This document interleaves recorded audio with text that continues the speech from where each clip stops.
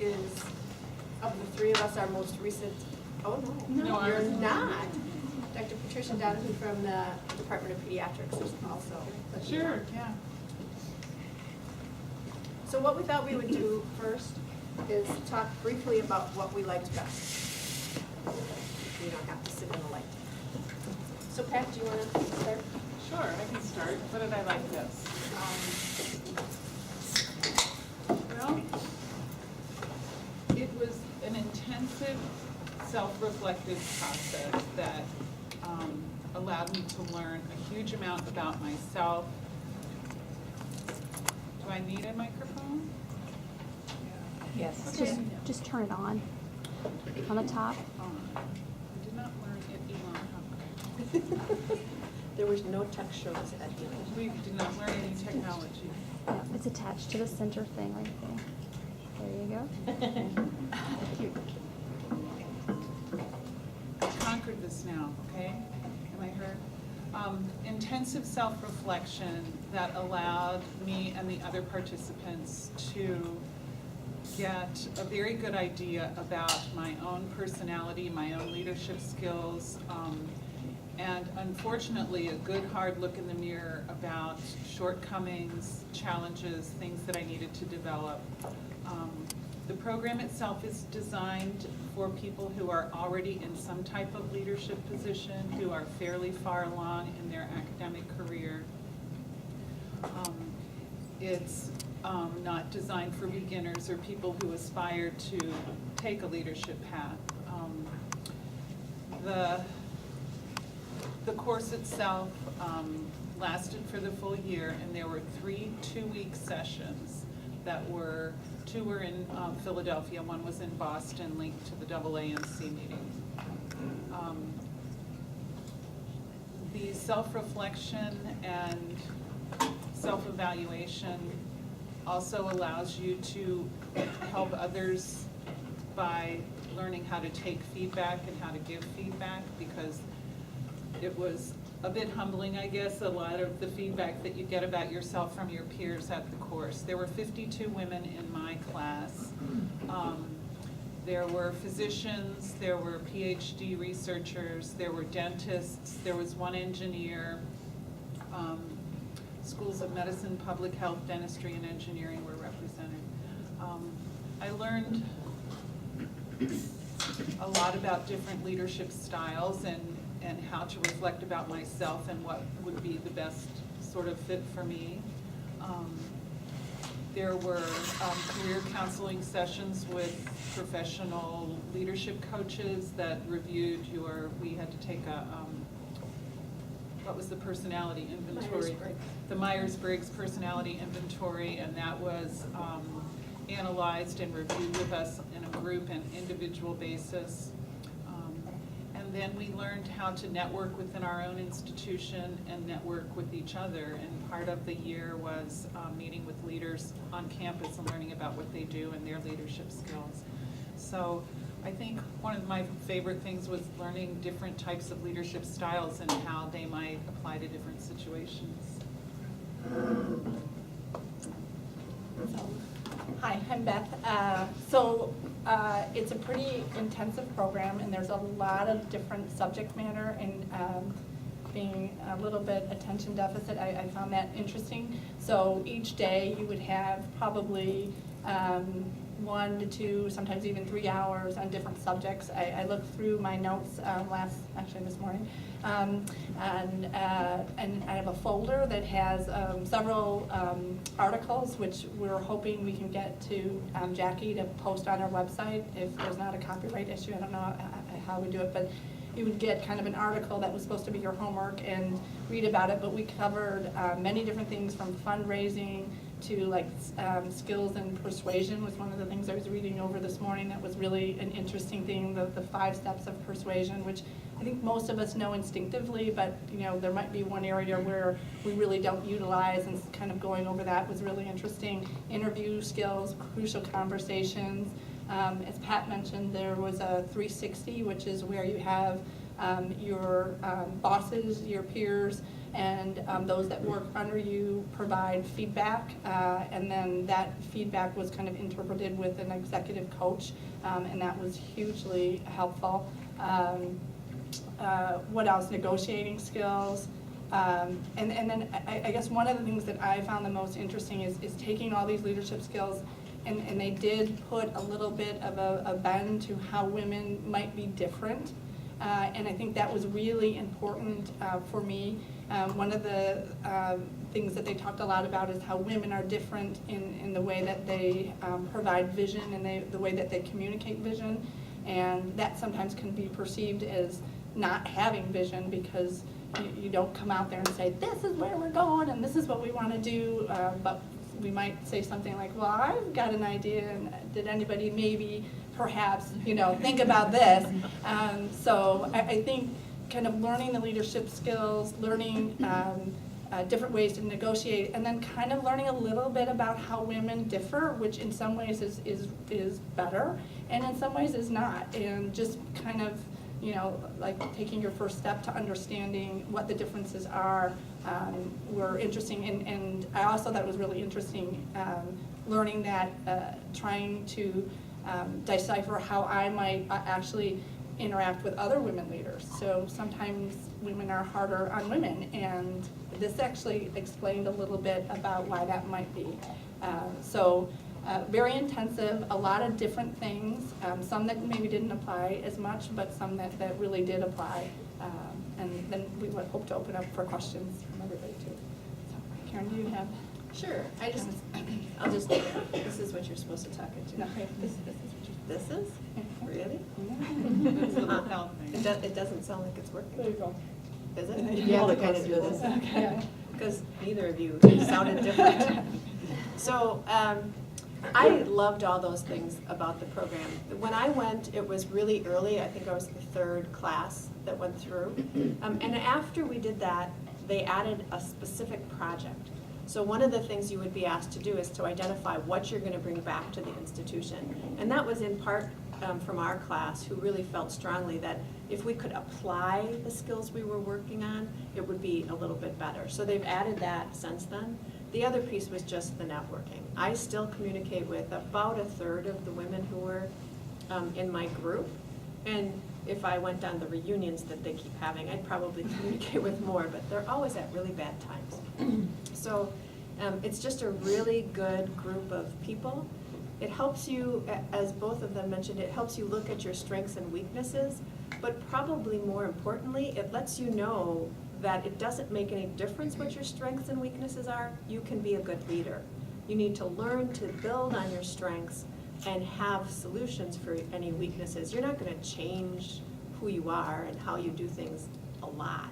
So how can you use those skills? And I think that that was something that came from that program that was really beneficial. So before we just keep talking, we thought we would open it up and have you can ask us about anything, including ELAM, but anything else you want, except the curriculum. Oh, yes. Carol. How much is it? So it was $5,000 the year I went, but I believe it's more than that now. Yes. Because it is 2 weeks of room and board. Yeah, it was $15,000 to $20,000 for the year when I went. Yeah. Do you remember Dr. Walker? So it was probably 10,000 because it was Yeah. 5,000 from my department the year I went. So the costs are split between your department, which is why you really need to engage your chair, and the medical school. So there's no personal cost other than a lot of time. Are you serious? Yeah, it's a lot of personal cost. Oh my God. Do you all know Dr. Mary Otterson from Department of Surgery? Sorry, intraoperative consultation. That was fast. Thank you.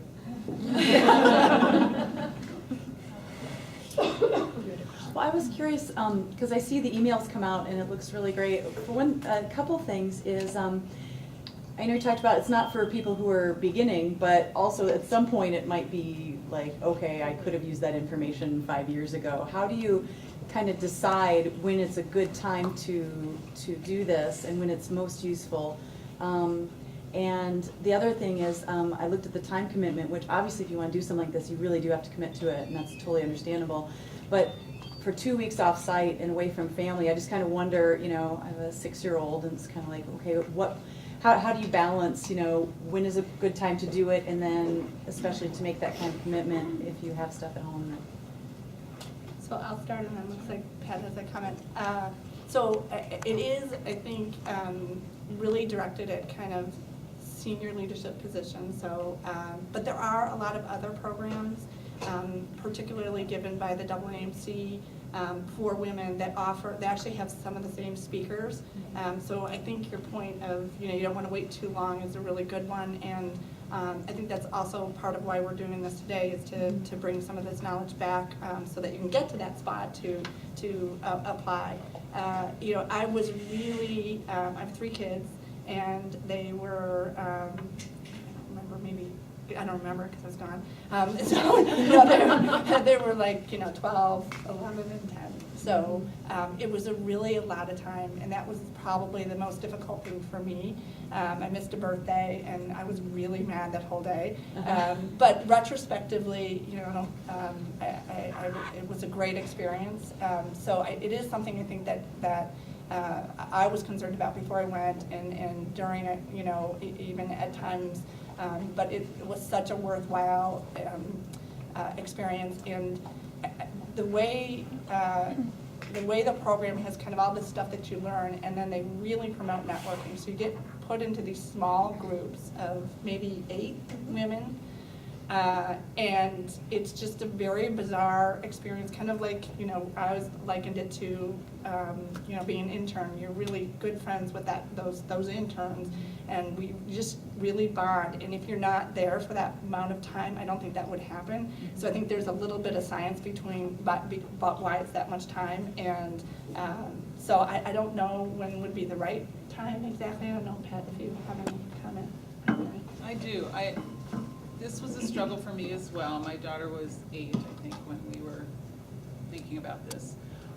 And I guess I have to back up a step. Just because you think you want to do it doesn't mean you're going to do it. You have to be recommended by your department head to Dr. Walker.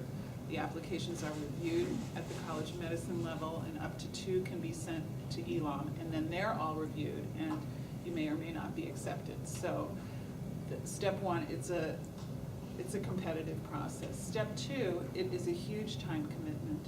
It's a financial commitment from the institution that's backing you, that if you really get recommended by the institution, they believe in you and they're willing to put their pocketbook behind you. I was lucky that I have a very supportive spouse, and I thought it was very selfish of me to want to go away for 6 weeks, plus spend all the time you have to spend at home doing the personality inventories and the questionnaires and the preparing reading. And it was put in a better frame for me that it was worth it. It was something that if I was recommended to do and I wanted to do it, that there were ways to make it happen.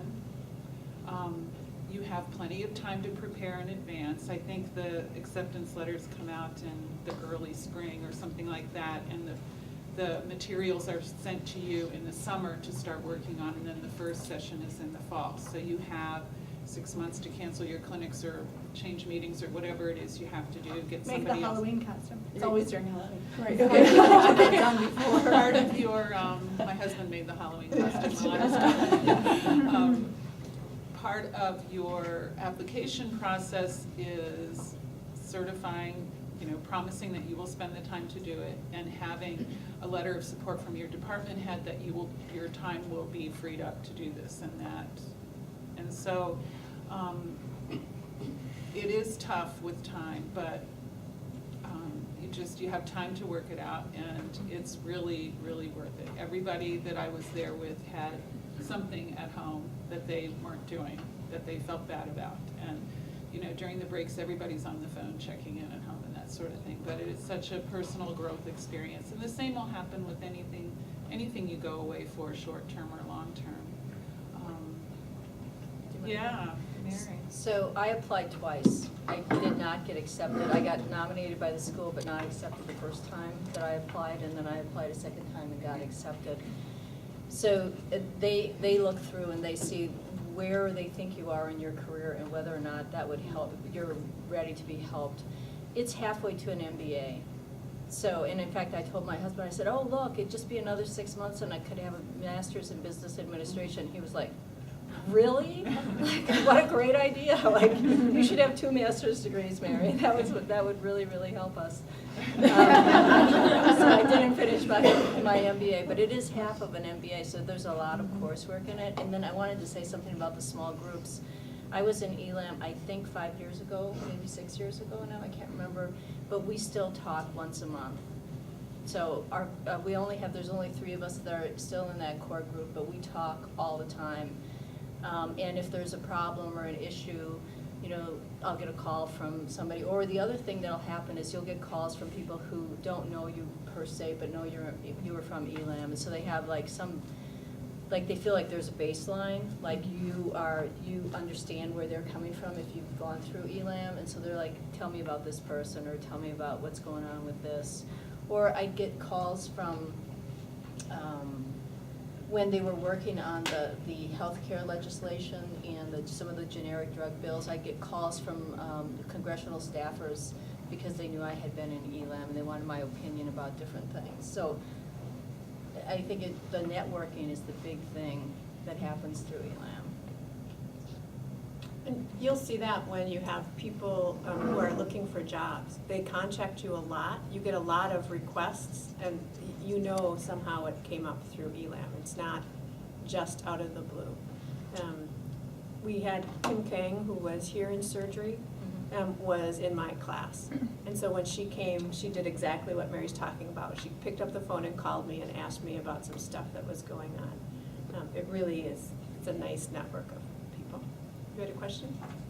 You each keep saying it was very worth it, but can you give specific examples when you came back or finished it? Did you approach your job differently? Did you get a job that you always wanted? And kind of specific motivators? I think you approach your job differently. I mean, I think you used to look at people and go, what is wrong with them? Like they cannot understand the words that are coming out of my mouth. And the problem with them is that you need to send them, like my ex-chairman, Dr. Adams, I figured out that he communicated, you had short bullet points in an email. And even if you came to the meeting, short bullet points in front of him to look at because he was not listening to me talking. You know, so I kind of figured that out through ELAM, and you're, all of a sudden, instead of being confrontational, it was more like, how can I, clearly we're not communicating. Like, how do I get this communication open and be able to manage what I need to get done? I mean, when I was the chief of surgery at the VA, I had 59 part-time surgeons who reported to me like, that is like herding cats. You know, and so, you know, I guess I developed a strategy of talking them to death. You know, you just keep telling them, like, this is why I want you to do this, this is how this is going to help you, and this will keep you out of jail. You know? So, I mean, I think it changed the way I did my job. I think the thing I brought back was how to provide feedback, how to communicate. I think it's all going to come back to communication in terms of what I've brought back differently. How we did a lot of exercises identifying the people who reported to us and who were causing problems and who weren't, and why the people that weren't causing problems, and why the ones that were causing problems, and how to try to tease out the very multi-layered aspects of people who you deem difficult for one reason or another, and how to have civil communications with people, how to try to reach the middle, how to help arbitrate to other people who are having difficulty, how to really be honest about constructive feedback for people who aren't hitting the mark, and how to do that in a kind and supportive way, and how to be organized about what your goals for those people are. how to request and accept feedback for yourself so that you can improve. Yeah, I think there's a couple concrete things. So as one of the projects, you have to go and interview senior leadership position at your, people that hold senior leadership positions at your institution. And you can pick whoever you want to go talk to. So I picked the CEO of Children's Hospital, who I had a lot of exposure to, the president of the medical school, who normally doesn't meet with faculty. It got you in the door so that they recognize your name. So that's a very concrete, very intentional thing that the program does. And you have to kind of fill out your interview form, but it's really to be able to get you in the door. And it's during this process, you ask them questions about themselves, and it's a totally different interaction with people that you would never have an opportunity to have. So it gets your name out there. That's a concrete example. For me, and Karen touched on this, I think dissecting out some of the psychology of leadership and conflict management was really, really useful, because I always thought there was like one way to do it, and I wasn't the right way. And so to learn that in different situations, like, the best thing I learned was it was okay to avoid conflict, so that's a style of conflict management. So sometimes you want to compromise, sometimes you want to compete, if it's somebody that you have to compete against, and other times you just may want to avoid. So kind of learning a wide range of skills to deal with situations depending on the situation, and the same with leadership styles. I'm not sure that I would have pursued more of a future in administration until I dissected out how I lead, and that may be different than somebody else, but still really can contribute to the institution. So I think everybody's going to have that personal thing where they were struggling with, but there are actually a few very concrete ways that this can, one of the goals with the